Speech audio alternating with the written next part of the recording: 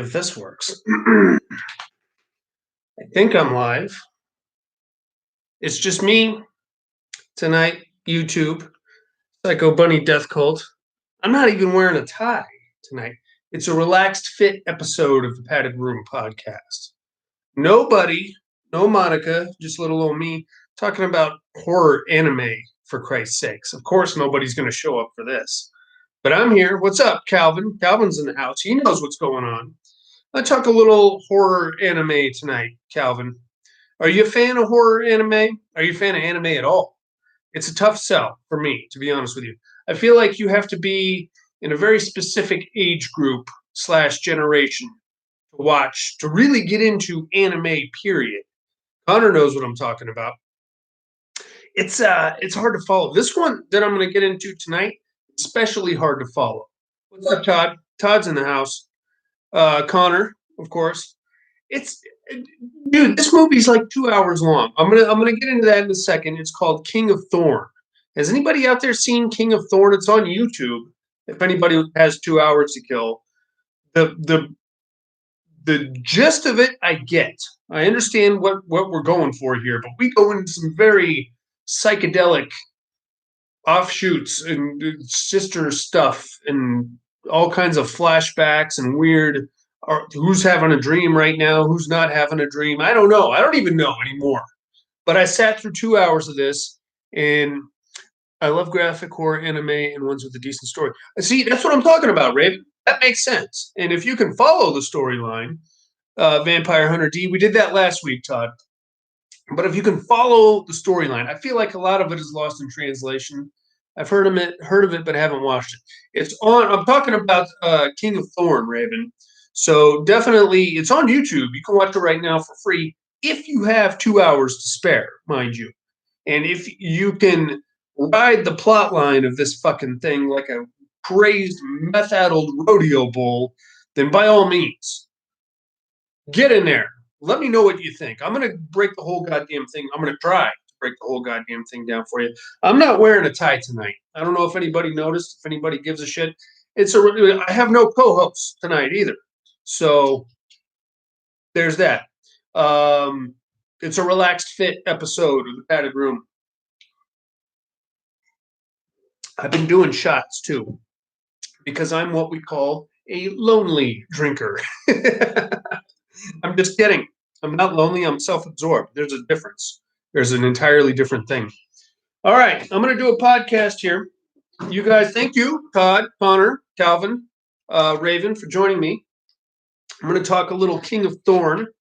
I'm going to try do this thing justice. It is not easy. I can't hear you right now because I'm at a loud bar, but I support you. Well, thank you very much, Richard. Hopefully you'll check this video out later and hear me acknowledge the fact that you're at a loud bar. What's going on at a loud bar right now?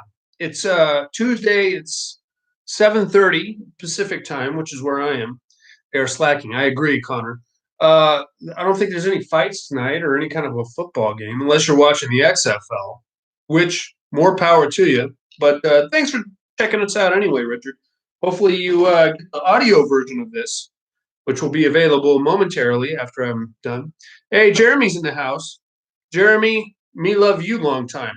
Jeremy, I'm going to be talking about some horror anime, which is not my usual gig. And to be honest with you, come on, join me, Connor. One of my co-hosts picked this theme for the month, and you'll notice, yeah, they're nowhere. They're nowhere to be found. Fucking convenient, isn't it? All right, enough about that shit. We're gonna do a little padded room action here on the horror anime. I don't know that I want to do this anymore.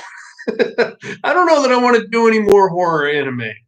Can somebody recommend a good horror anime for me? Because I can't find one. Vampire Hunter D, pretty good show, but not really horror, more of like a gothic romance situation.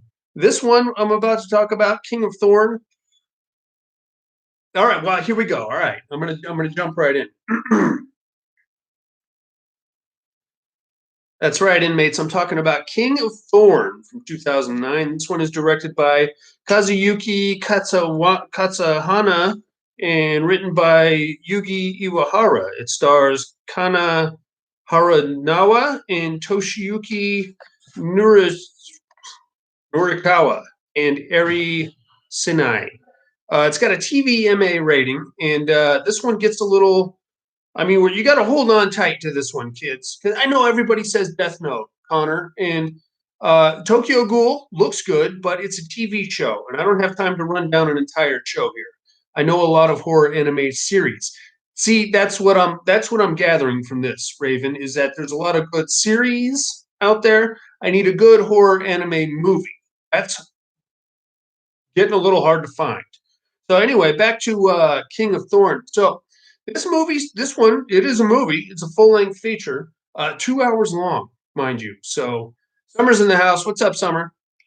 Oh, hey, Summer. Hey, we're talking more horror anime, courtesy of Buddy, who is normally sitting right here, but you'll notice nobody home.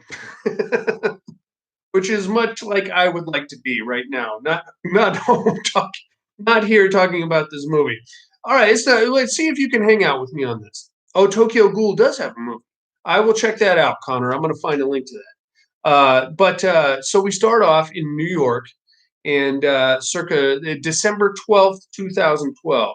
You may recall that that was supposed to be the end of the world, according to the Mayan calendar. It was not. I don't know if you noticed, but we're all still here. Um, so it's going to start off with a young lady, what appears to be a statue of a young lady being shoved off the roof of a building. She falls to the ground, plummets, shatters into 6,000 pieces. It's weird. Everybody's like, "Whoa!" It causes a big traffic jam, and then we're going to jump right into some news clippings. An anime, another is a great. It also has a movie. An anime, another. So there's an anime called Another. Raven, is that what you're going for?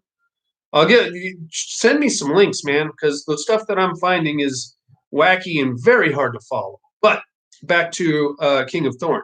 So the statue falls, shatters into 1,000 pieces, causes a big traffic accident. Then we cut to some news clippings and we find out what's really going on here. There's a worldwide pandemic. It's not the coronavirus, mind you. It's something called the Medusa virus. I think our generation has survived the apocalypse 5 times at least. Yeah, like every 2 3 years, the world's supposed to end again, right, Summer? And we're still here, and I'm still doing this fucking podcast. Maybe the world has ended. We just haven't figured it out yet. I don't know. I don't care. To be honest with you, I don't even care. I'm just going to keep going to work and paying the bills and doing the show. Regardless, worldwide pandemic called the Medusa virus. Okay, now via these news clippings, we learn a little bit more about the Medusa virus. What happens is it attacks your immune system, and then you should wash your hands, Connor. And then once it attacks you, it gestates in your system for 3 to 5 months, and then it turns you into stone. It turns you into a statue, and you're dead. You're now a dead statue. You're like a stone effigy of yourself. So that sucks. But the really sucky part is that you don't. But I love Medusa. Well, I mean, as a fictional character, she's pretty cool, right, Terry? But as a virus, pretty scary stuff. Turning you into a statue. Now, here's the really scary part about Medusa. You don't know when you're going to get turned into a statue.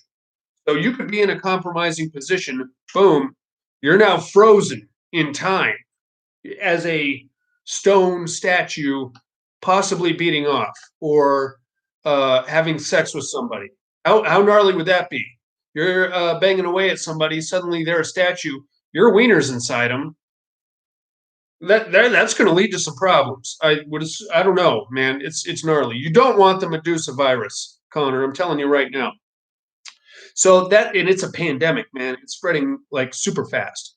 So much like we're seeing right now with this corona horse shit, you know, quarantine zones, cities getting put on lockdown, things like that, people freaking out.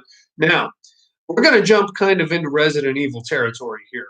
And towards the end of the movie, we're going to jump into Silent Hill territory.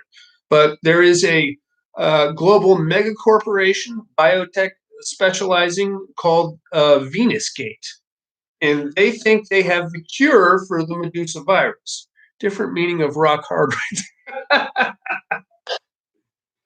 Jerry, I should have made that joke, but I dropped the ball and you picked it up, and yeah, I'm going to send you a padded room coffee mug or something, because that's a joke that I should have made, Terry, but you didn't let it slip by.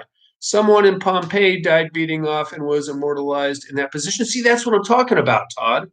You don't want to be the guy with your pants around your ankles and your wang in your hand, and then all of a sudden, now you're frozen that way. What if well, obviously your kids are going to find you, if not your parents or your wife, and here she comes. Oh, shit. Darian had the Medusa virus. He didn't even know. And apparently he was into Asian MILF porn. Son of a bitch. Look at him. I got you back. Well, thank you very much, Sherry. So that's the motherfucker of it. But this mega corporation, not unlike the Umbrella Corporation, is called Venusgate. And they think that they have the cure to the Medusa virus. Well, it's not really a cure. They have a backup. They have like a backdoor plan. Nice Nightbreed picture behind you. Sorry, continue. That was a limited edition situation there. It came with the Blu-ray, Scream Factory Blu-ray there, Ian. I'm sure you could find one on Amazon or eBay or something like that. Anyway, so this Venusgate, they have a backdoor kind of a situation to not necessarily cure the Medusa pandemic, but they have like a safety net.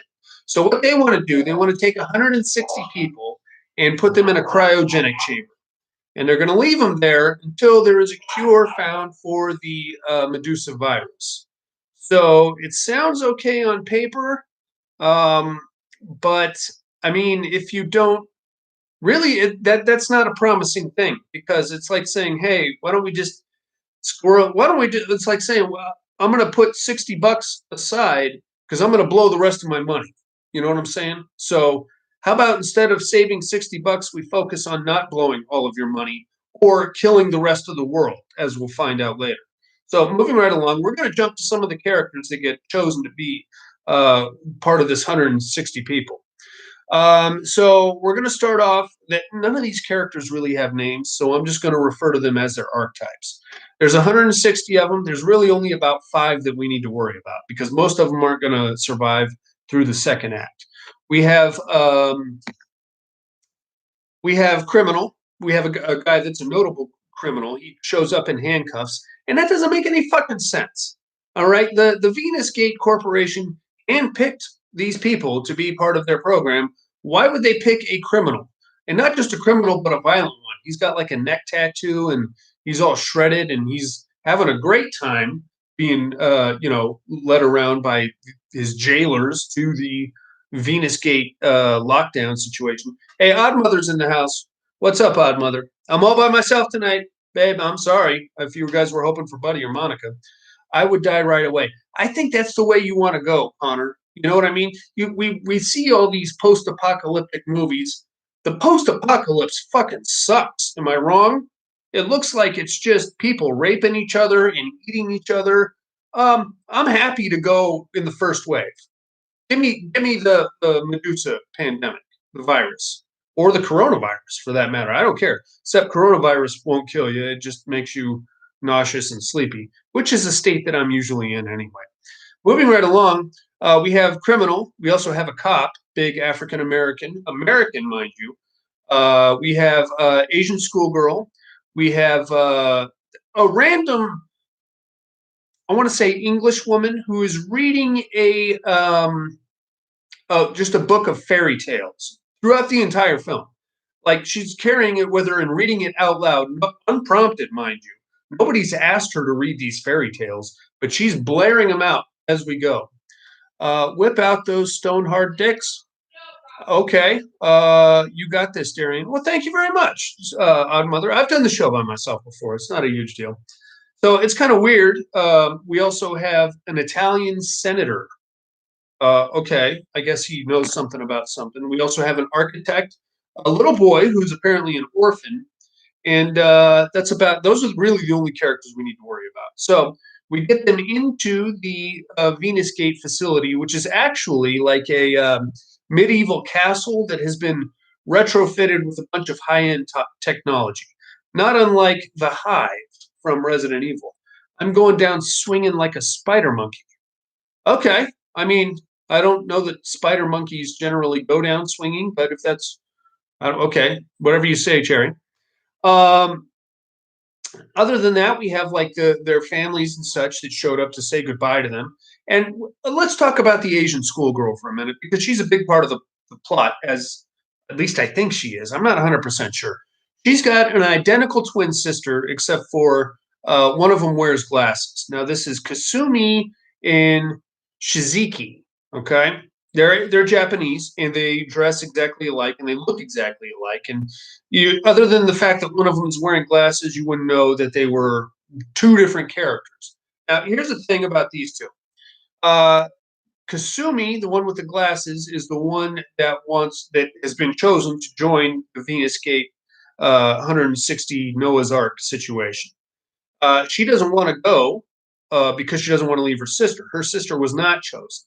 So like throughout the first 40 minutes of this movie is just Kasumi and Shizuki like swearing oaths to each other and we're never going to be apart and um she's very conflicted about going on the Venus Gate program, being one of the 160, and I get all that, but if we're all that conflicted, why doesn't she just not go? I assume that's an option, right? I don't know what that part didn't make any sense to me. So they say their goodbyes. They're overlooking a cliff, and then Kasumi goes in, and then they get her like, checked in and all that stuff. And what we get once we get inside the actual facility is we get like a an orientation set up. There's like a Russian doctor who's going to tell you, what's going on while you're asleep. A lot of people have questions. Find out this program is only going to last 100 years. So, in the event that everybody on the planet dies of the Medusa pandemic, 100 years later, the 160 are going to wake up, and hopefully by then the virus has run its course, and we won't have any more problems, or at least they won't. So that's the plan anyway. Kind of puts everybody at ease. Now, mind you, this is supposed to be taking place in 2012. So, where are your partners in crime? A valid question, Mike. Where are my partners in crime? They have abandoned me, which is fine. I've been known to be offensive from time to time, and now they are no longer showing up. I'm kidding. They are slacking. Monica's at work, and Buddy is in Southern California with his girlfriend. I've done the show by myself before, Mike. It's not a huge deal.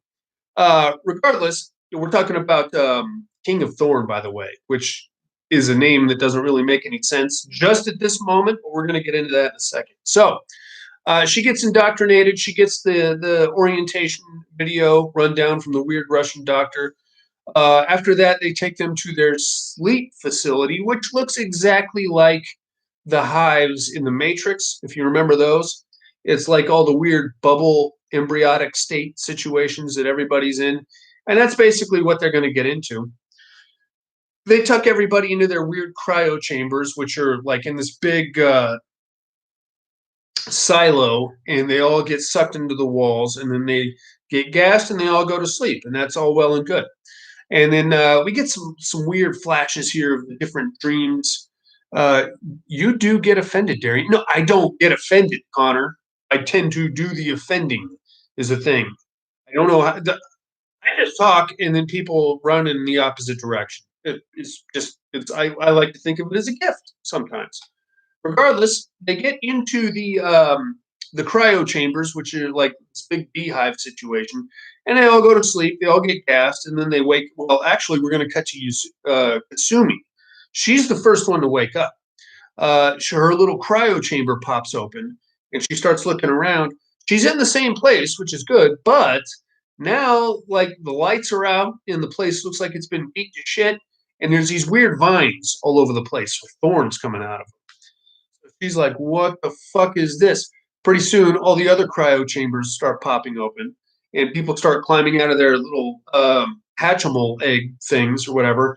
And they're like, what the fuck is this? How we must have been asleep for 150 years. God damn it. And they all start like running around. And pretty soon they like look up towards the top of the silo, and there's like a hive of these bat things up there, and the bats start swimming around, like swarming around and attacking these guys, which is gnarly. I did not just get offended, Connor. Now I'm offended. I'm offended that you think I'm offended. How about that? These bat things are gnarly. But the thing is, if you watch this, it kind of looks like they all have giant testicles, which is a weird creative choice. Big bald bats flying around, tearing people's necks open and stuff. So we have the 160 people down at the bottom of this big silo running around, these big bald bats flying around attacking them. They all rush to the elevator. And they're like, get us the fuck out of here. And apparently there's nobody else alive in the world because there's nobody coming to help them. There's no power going to this place. So they're just tapping the up button on the elevator. It's supposed to be in the basement or something like that. And the elevator's not opening. So eventually one of them gets the bright idea to pry open the elevator door. But at that point, they're already doing like a great white pyrotechnic, everybody's on fire rush to the elevator door. So as soon as the door opens, like 100 of them just go piling in. There's no fucking elevator there, man. It's just an empty air shaft. They all go plummeting down to the bottom. And once they hit the bottom, we see like a big worm mouth at the bottom, and it's just swallowing them up as they go. And that's the end of that. We started with 160. We're down to probably 40 already, right off the get go, just because of the stupid elevator situation. Um, After that, everybody's like, "There's no fucking elevator," so they like turn around trying to find another escape. Here comes the big swarm of testicle bats, and they tear through all but about 5 of them, and it's the 5 that I already mentioned. So the criminal guy, the big shredded guy with the tattoos, he's like, "There's an escape hatch. Let's go." He goes running. Everybody follows him because he seems to know what the fuck is going on. They get through this little side door and close the hatch behind them. And what we're left with is 5 people. It started with 160. Inside of about 10 minutes, we're down to 5. So the 5 that I already mentioned, we have Asian schoolgirl, we have Italian senator, we have architect, criminal, cop, orphan, fairy tale lady, and that's it.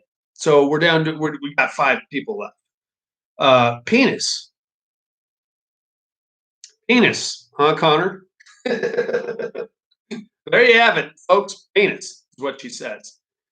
So they're in there, and now we get the obligatory shoving match between the cop and the criminal. Hey, I'm in charge here. You don't know what's going on. Nobody knows what's going on. Now, if you're watching this on YouTube, you're going to get an English dubbed version. And I have to tell you, whoever the voice actors were for these people were terrible. They were throwing out all kinds of bizarro accents, like Fairy Tale Lady at one moment sounded like she was Australian, but then a couple minutes later she had like a southern drawl going on. And Criminal, I think, was supposed to be either Irish or English. He kind of jumped back and forth between the two. Really, the only one that was consistent was African American Cop, who turned up the urban way too much. Yo, motherfucker, you're gonna do what I say because I'm a police officer. Come on, man. That's we don't need that. So they get in there, they get their shoving match going on. Who's in charge? I don't know. The architect is like, okay, I help design places like this. I think I know my way around. So they all start following the architect. How big are their penises?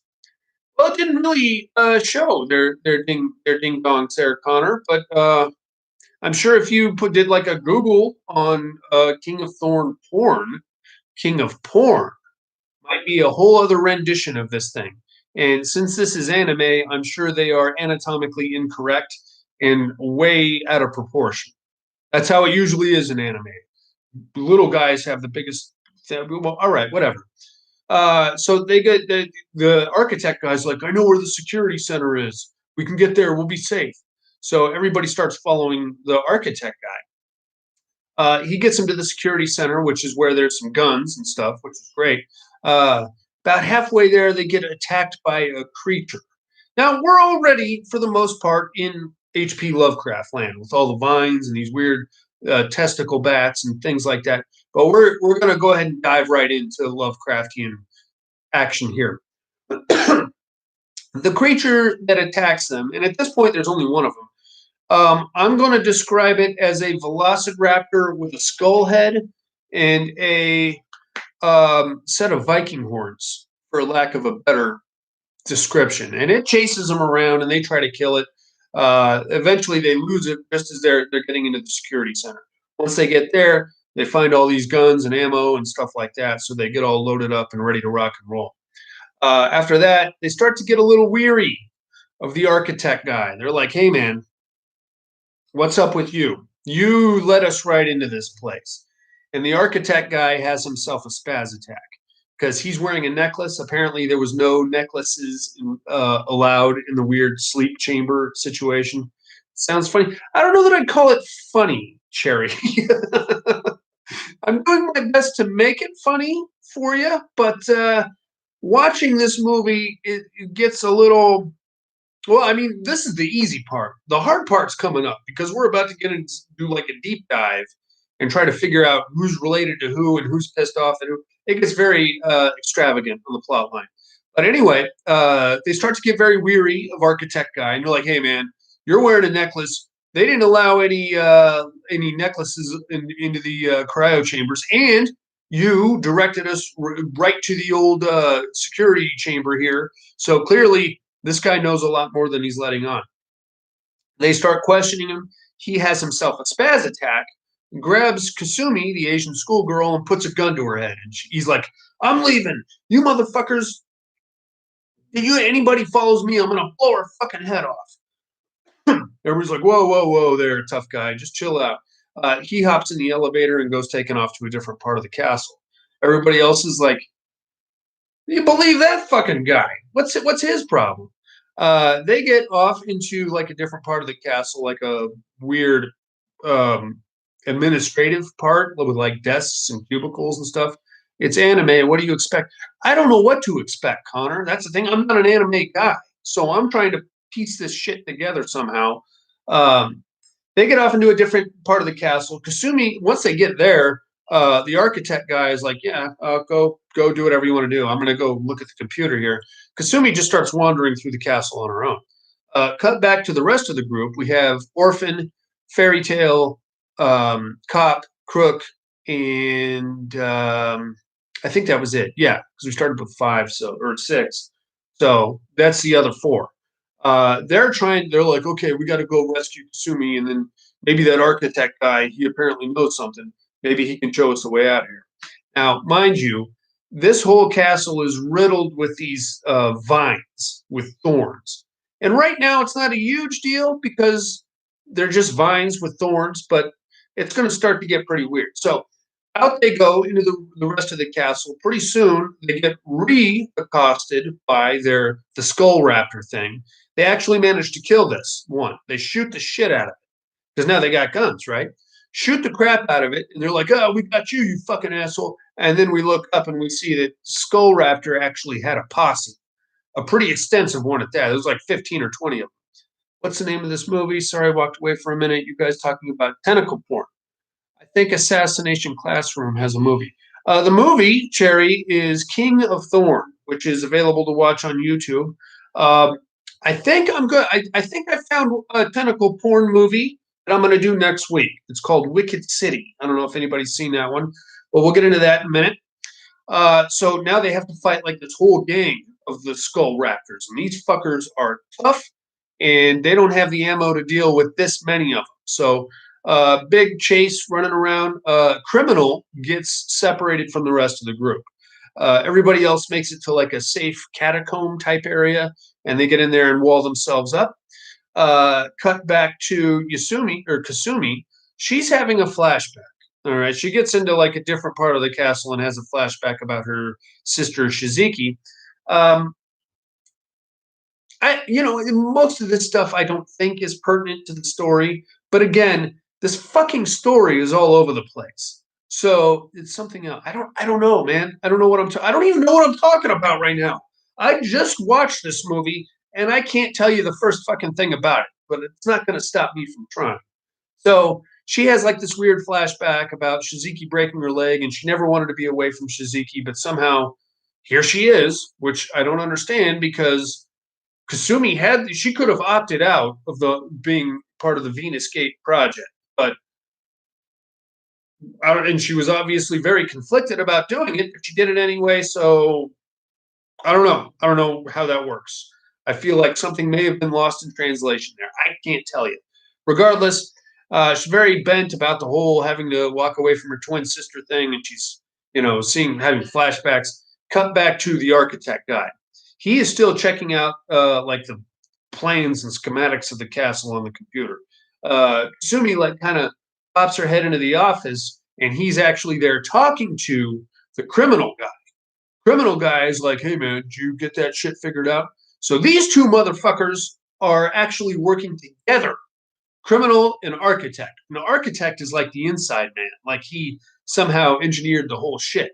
So Kasumi's like, hey, what you guys up to? And they're like, oh, you're not supposed to be here. Get the fuck out of here. It's like, you two are working together. What the fuck is going on here? And now we're going to get a very long-winded explanation that I'm going to try and sum up for you as best I can. So, and this is like 40 minutes of the movie right here is this big flashback sequence of basically the architect guy worked for Venus Gate. He was part of their cryogenic program.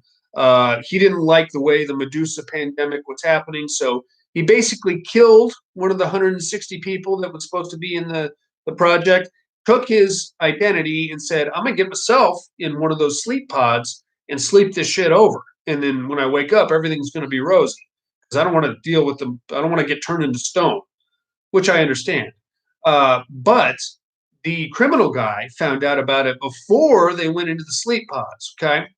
And he's kind of like blackmailing the architect, but the architect was like, I'm going to get out of here and I'm going to take care of you on the back end.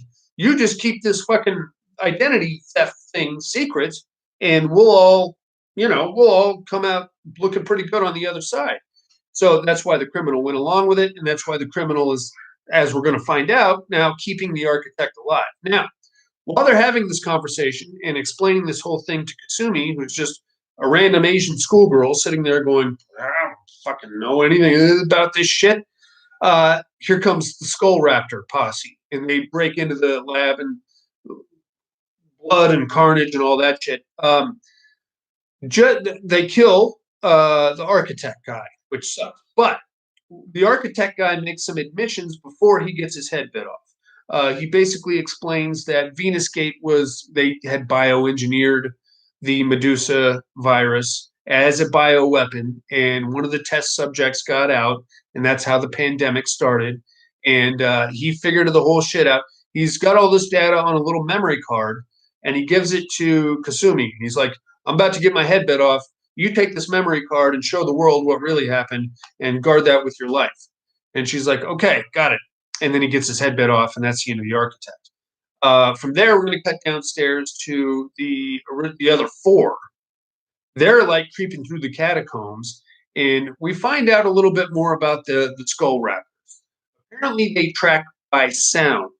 Okay, and the problem, I mean, once we figure that out, we're pretty cool. Except for the Italian senator guy, he won't shut the fuck up about how rich he is and how powerful he is and how he's going to get somebody fired when he gets out of here and all that crap. And eventually, one of the skull raptors catches up to him, bites his fucking head off too. Look, I didn't like that guy. No, he's going on about you know who I am. Hey, it's a me. Anyway, useless character, done in the first act. Didn't even really need to be there. Okay, that's good.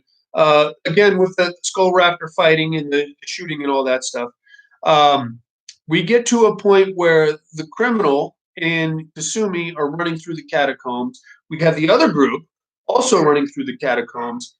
Criminal and Kasumi kind of come to a dead end, and they've got a bunch of skull raptors on them. The criminal guy is like a bad motherfucker. He's all shredded, and he's like fighting them with a pole. He's like, "Come on, you fucking skull raptors! I'll put you in a headlock."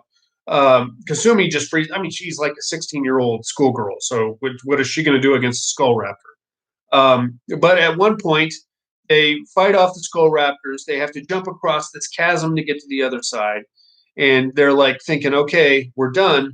And the criminal guy's like, "Okay, I'll help you across the chasm, but you got to give me that memory card." And Kasumi's like, "Fuck you! Go ahead and let me die, because if I fall in this big fucking hole, then the memory card comes with me, and nobody's gonna know anything about anything. So fuck yourself. And the criminal guy eventually is like, okay, come on, and then more skull, and then they catch up to the other group who has somehow fashioned Molotov cocktails and is now throwing them at the skull raptors. Now we know where the corona with Lyme virus came from. I don't think it had anything to do with skull raptors, Odd Mother, but I could be wrong. And I will neither confirm nor deny the identity of said skull raptors. That could be a real thing. I don't even know. Stuff in Japan, dude. There's all kinds of weird shit over there. All right, so now the group is back together. They managed to barricade themselves inside like a deep, like catacomb of the castle, which turns out to be like a wine basement alcohol distillery situation, which is cool. That's where all the Molotov cocktails came from. They're in there, and we get another pissing match. And what happened to the architect? He got his head bit off, and Kazumi's like, "Well, I got this fucking memory card." But unfortunately, they had to drop the memory card, and it got lit on fire. So it doesn't even matter anymore. Probably didn't even need to be in the plot. Regardless, that's a motherfucker. Everything's cool for a minute. Pretty soon, there's a banging at the door to the distillery winery. Everybody's like, "Joe, barricade the door. It's the Skull Raptors." The American cop, is like, "Wait a minute. With Skull Raptors, they would have broke right in here. I think this is a person." So they open up the door, and it's the weird Russian doctor from the beginning, the guy that was doing the whole orientation bit. They let him in. They hold him at gunpoint. And they're like, "Hey, man, you owe us some answers. What the fuck is going on here?" Now, mind you, up to this point, we were led to believe that everybody had slept for at least 100 years, right? But this guy, the Russian guy, is still alive. And he looks not that much different than when they went in. So he spills the beans. They've actually only been asleep for 1 year. All this weird shit happened in the space of 1 year. Okay. He spills the beans, and this is where things get very weird in the anime world, if they're not already weird enough. So, and I'm going to do my best to explain this to you. I may fuck this up royally. I have no idea. So, if I am understanding what I saw correctly, the weird Russian scientist was in a small village in Siberia. A meteor crash landed, and that was the launching point of the Medusa virus. Now, when the Medusa virus hits you, it will either turn you to stone, or it will give you the ability to manifest whatever you're thinking about in reality, which I know doesn't make any fucking sense, but it's anime, so just roll with it. So he had a situation where the initial outbreak happened in his village. 80% of his village got turned to stone. 2 or 3 little kids managed to do the whole thought manifestation thing and brought their imaginary friends into reality. So okay, I know. We're already jumping on into the deep end here. So he managed to capture one of the little girls that could do that, put her in a Silent Hill-esque torture chamber where he was poking and prodding at her and making her manifest all this shit and running tests on the fucking Medusa virus. And eventually she just had enough of that shit. She was like, "I'm fucking, no more tests." And she used her Medusa induced thought projection to wreck the entire lab and make her escape, and thus the virus spread, which is a motherfucker. So that's, and then once he gets done telling the story, he's telling the story as he's leading him through the castle, through all these catacombs, takes him to like a sarcophagus where the body of the little girl is, and he's like, "Hey, there's the little girl that I was telling you about. She's still dead. Eventually, the virus killed her too. She's got like the stone statue thing going on." And then he pulls out a gun and blows his own head off. The Russian doctor guy does. Okay. I don't know that any of that was necessary to the story, but we got it anyway. And that was a good 25 minutes worth of anime right there. From there, everybody's like, "Oh, fuck. What the fucking.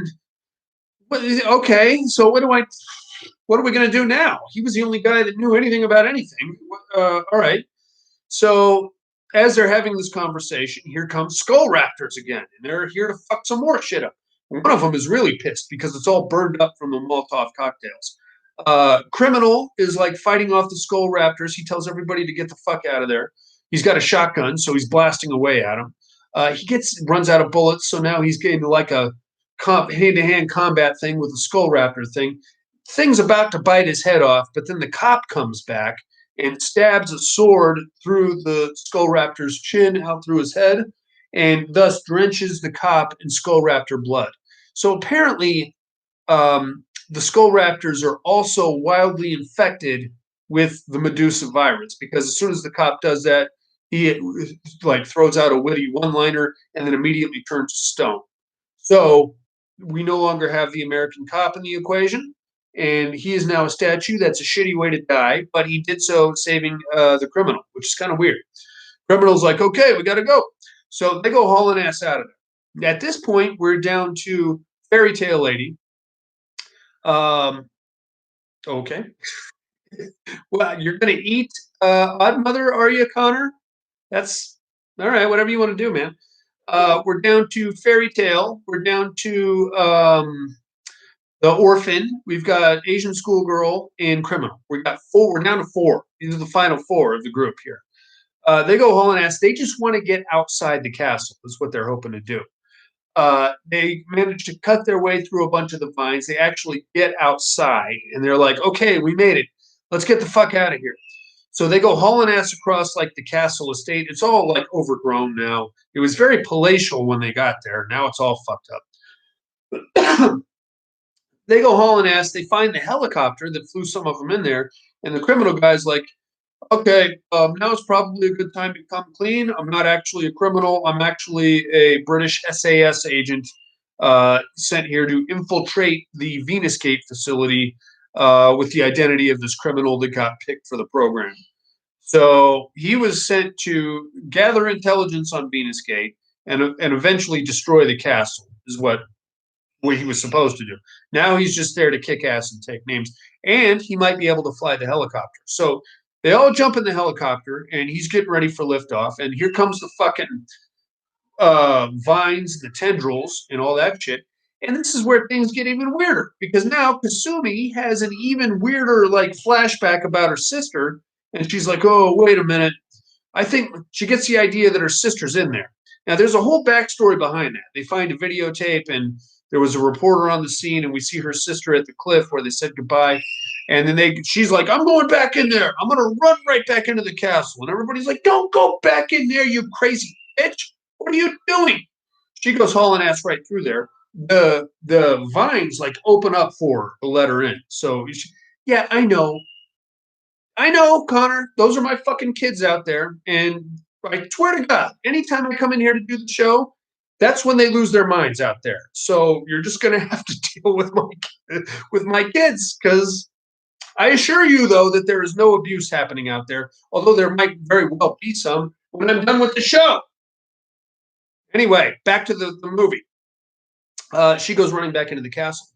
Everybody's, no, we're not wiping her butt again, Odd Mother. That was a whole other situation. Although she probably does need a butt wipe. She goes hauling ass back into the castle. I'm trying to do a goddamn movie here. Everybody's like, no, don't. But it's already out there. So now they take off in the helicopter. Kasumi's inside the castle trying to find her sister. She's convinced herself that her sister is alive in the castle, which is a very real possibility since we now know that it's only been 1 year that they've been asleep. Helicopter's flying around. The SAS agent / criminal decides that he's not going to leave Kasumi behind. So he's going to he's trying to find an opening in the vines. Now, from the outside, the castle is entirely encased in these fucking vines. And this is where things get really stupid. At least I think they get really stupid. As he's flying around the castle in the helicopter, the vines are like whipping around and like trying to knock the helicopter out of the sky, which I get. But at one point, all the vines come together and they make like a big dragon head thing, and they're like,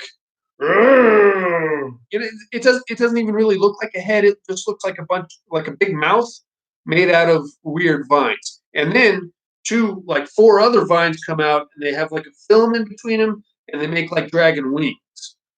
So at that point, the fucking wings start flapping, and the head is still biting at the helicopter, and the entire castle becomes like the body of this weird vine dragon thing. Only in anime does this make sense. And off the castle goes into the sky, pursuing the helicopter. Um, Cut to inside the helicopter. We have the orphan, we have the fairy tale lady, and we have the SAS agent. Fairy tale lady loses her fucking mind about this point because the SAS agent is like, I'm going to go back in there and rescue Kasumi. And she's like, no, I'm going to be a good mother. And this orphan kid isn't my son, but I lost my son, and I'm going to be an even better mother to this kid. So she grabs a gun and points it at the SAS agent, like, fucker, you got to fly out of here or we're all going to get killed. And he's like, no, I'm not leaving her behind. As they're having this fucking weird, survival argument, one of the vines bats the helicopter. Her gun goes off and shoots the console of the helicopter, which sends it into this weird spin fucking thing in the middle of the air. And then the helicopter goes crashing into the vines. The SAS agent has the wherewithal to jump out of the helicopter just before it hits the deck, and he survives. He gets pretty banged up though. I thought you said dragon wieners. No, dragon wings, Connor. Dragon wings. You gotta look. You're always yelling at me to stop talking about sex. All you hear is wieners, my dear. What's up with you? Only fuck, what the hell? LOL. This is hilarious. Listen to you try. Hey, Odd Mother, I am burning fucking calories over here trying to make this make sense for you. I challenge anybody to watch this fucking movie. It makes sense up until about the last half hour. After that, we go completely off the rails. We have dragon, floating dragon castles made out of vines. We have possibly incestuous relationships between twin sisters. It gets very weird at the end. Up until that point, it's pretty much Resident Evil. So there's all that. You've got me forgetting all about my joint pain. Thank you. Oh, hey, I'm glad I could help, Beth. Yeah, so there you go. Can you also explain the Mighty Booch? No, I cannot. I have seen that show, Odd Mother, and for the life of me, I don't understand why. I don't know. It's got to be a English thing. Whip out those dragon dicks. All right, Connor, quit being pornographic. Jesus Christ. All right, so we have our helicopter crashed into the ground. Okay, we have the orphan and the fairy tale lady trapped in it. We have our SAS agent who jumped out of the helicopter, and then we have Kasumi who is just running through the castle looking for a sister that may or may not even exist if you think about it. So Kasumi is inside. She jumps on a computer console, does like a Google search or something like that on the security system, finds out her sister, somebody resembling her sister, is located in one of the tower battlements of the castle. Now, mind you, as this is happening, the castle has grown fucking wings and a dragon head and is now flying independently through the sky while all this is going on. Why? Okay, I don't know. I don't know why.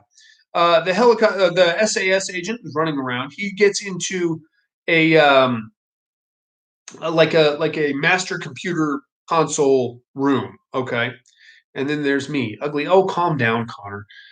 He gets into there, and once he gets in there, his sister was the one that we saw at the very beginning that fell off the roof in New York, and we thought was just a statue. That was his sister. Okay, so she got smashed into 6,000 pieces.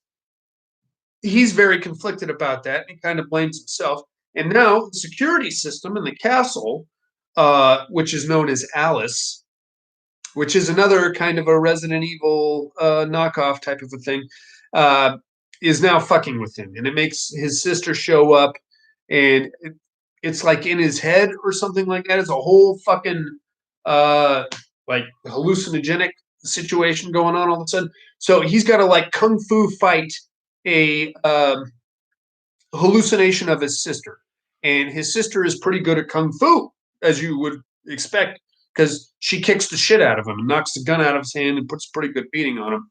And then he's at the last minute, he's like, "You're not my sister. My real sister's dead." And then he just starts shooting at his sister. And then he kind of snaps out of it and realizes that the thing that he thought was his sister is actually just a big pile of those vines that has somehow tricked him into believing that that's his sister. I mean, I could see the resemblance. Oh yeah, yeah. Anyway, that's because that makes sense. Blows that thing to shit, but and then he's like, "Okay, I'm going to shut down the security console here." And then he's like fucking around on the computers, but then one of the vines comes out and sticks him right in the guts. And he's like, "Ah, shit!" But then he hits enter on the shutdown thing, and that once he hits the shutdown on the thing, all the vines like start just like falling to the floor, and then the castle starts falling out of the sky. While that's going on, this is going to get really wacky because Kasumi has made it into the tower battlement where she believes her sister is, and she's like, "Hey, Shizuki, what's going on, dude?" And Shizuki is there, but again, we have this weird situation where it's not really Shizuki; it's just a big pile of these vines and tentacles parading around as Shizuki. So we get a big guilt-laden expose.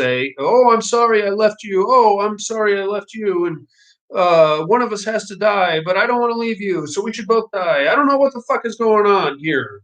Not, if they didn't want, here's what I don't. All right, here's what I don't understand. And this is the biggest plot hole of all. All right. At the beginning of the movie, they said that 160 people were chosen for the Venus Gate Noah. They called it the Noah's Ark experiment, where they were going to cryogenically freeze these people. Um, if you were chosen, you could opt out of it. Now, if you could opt out, why do these twin sisters have to be apart? I don't understand that. And I mean, the whole time they're together, they're just bitching about how much they're going to miss each other and how, what are they going to do without each other? And why did one of them go? You could just say, I'm good. Take somebody else. And say, I'm going to stay with my sister. So that part doesn't make sense. At least not to me. It might be a Japanese thing that I'm not understanding. But regardless, um, so from inside the battlement of the castle, we have this big esoteric existential reawakening of how much I miss my sister and how she made the sacrifice for me and I would have made the sacrifice for her. And if I'm not okay, again, a lot of this I don't understand, but here's what I kind of gathered from this whole exchange. The young lady that we thought was Kasumi the whole time was actually Shizuki. Okay, they had their big goodbye on the cliff, and this is all via flashback, and it may be a delusional one at that. Shizuki was like, "Hey, you got to go get in the cryo chamber, and I'm gonna head on home." And Kasumi's like, "No, if you leave, you're gonna die." And she's like, "Well, yeah, but you get to live, and so you should go, and I'll go die back at the apartment or whatever." And then Kasumi, out of nowhere, like grabs her, and she's like, "No, we're both gonna die today, right now." And she starts pushing her towards the cliff. And then Shizuki's like, "What the fuck are you doing, you crazy bitch? We don't both have to die. That's the whole point of me bringing you here. So if I get the Medusa shit, then you're going to live and be fine and wake up in 100 years." But then out of nowhere, Sumi's like, "No, we're doing a suicide death pact right now." So she's fucking grabbing her. And then they both fall over the cliff. Except Shizuki grabs the ledge at the last minute, and Kasumi falls down and smacks onto the rocks and gets killed, right? So actually, the security guards come over and they're like, "Whoa, we got a this chick almost fell off the cliff." So she gets up and she's like, "Oh God, what the hell?" And she grabs Kasumi's glasses that were on the ground and she's like, "Oh yeah, I'm Kasumi. I'm here for the 160." She basically just assumed her twin sister's identity and got herself ringside seats in the old cryo chamber thing. So don't know how that really factors into anything or what the point of that was, but apparently she didn't remember any of that either. So I guess it doesn't really matter at all because I mean the security thing was shut down, and maybe they're trying to say that Kasumi's ghost was controlling the fucking vines. Now that I think about it, and this was like some unresolved shit. I don't know, man. I don't know. I don't get it. I don't understand any of this. So at that point, the vines are all crashing down and the castle is plummeting. And the vines are now like lashing out at Kasumi slash Shizuki, whoever the fuck the alive one of the twins. And the SAS agent, who we thought was dead because he just got stabbed through the gut, saves her. They go running downstairs as fast as they can. They get out onto the castle grounds just as it crashes down back onto terra firma, and then they go walking off, where we discover that the orphan kid actually survived the helicopter crash also. So he's like, hey guys, what are we going to do now? And they're like, oh, we're just going to take a breather here for a second, where the SAS agent sits down and quietly bleeds out from his injuries. And then Shiziki, I guess, and the orphan go walking off to presumably live happily ever after, or possibly get the Medusa virus and become statues. Either one. I don't know. I don't know where they're going with this. And that, my friends, is the end of King of Thorn from 2009. Oh, getting high might be the best. If you're gonna do it, dive into this one, Connor. I suggest some Quaaludes, or I don't know, whatever you can get your hands on. Might make this make more sense. It's a pretty good show, and I was with it.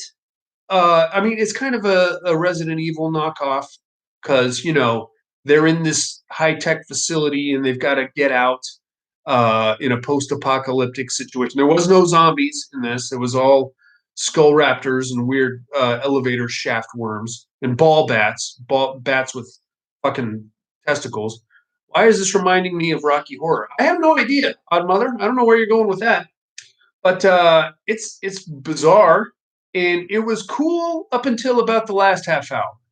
Once we get into all these flashbacks and who works where and with the fucking sisters and all that shit, then it was just too much. It felt like they were just trying to pack way too much story into this fucking cartoon for me, because I could not keep up, man. It was too much with the fucking sisters and the technology, and is she alive? Who's who? The identity swapping shit, dude. It's a cartoon, okay? Let's not forget that part.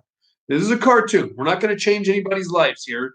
We're not going to win any Pulitzer prizes, or I don't know. Is there an anime award? I don't know. Don't dream it, thorn it. If you can't beat them, thorn them, Todd. You know what I'm talking about. It's weird, man. It's a weird movie. If anybody wants to check this out, it's streaming on YouTube right now. Like I said, the version that I watch, yeah, I suppose they did, Odd Mother. The version that I watched was dubbed in English, and the voice acting was terrible in this. Like the British SAS agent jumped from an English accent to a Welsh accent to an Irish accent, sometimes getting into Scottish. The fairy tale lady, I think, was supposed to be Australian, but her accent was all over the place. I don't know. I don't know what that's all about. But if you have 2 hours to kill and you want to, well, I mean, the first hour or so is pretty good, because it's like them trying to escape the castle with all these gnarly monsters. I mean, it's pretty much Resident Evil, right? But just without zombies, and you get these monsters instead, which is okay. But once we get into all this identity swapping shit and the sacrificial twin sister, ah, a little too much. We can probably dial back 4 of these plot lines. All right, we don't need all of this going on in our cartoon. Okay, and it didn't need to be 2 hours either, man. Let's stick with the monsters and the vines and the castle. The fucking castle didn't have to grow wings. That's a bit much. I get it.